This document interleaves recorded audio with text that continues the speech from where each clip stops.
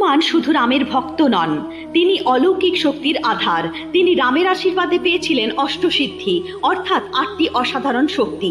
অনিমা, নিজেকে অসীম ছোট করতে পারেন, বাতাসের মতো অদৃশ্য হয়ে যেতে পারেন।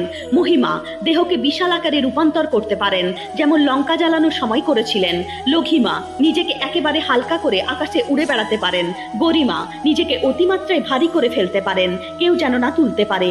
প্রাপ্তি, যে কোনো কিছু যে কোনো জায়গা থেকে মুহূর্তে এনে দিতে পারেন, যেমন সঞ্জীবনী বুটি। প্রাকাম্য, ইচ্ছা মতো রূপ ধারণ করতে পারেন। সীতাভ, অনেক দেবতার মতো ইচ্ছা শক্তি দিয়ে বৃষ্টি সুনামিকে নিয়ন্ত্রণ করতে পারেন।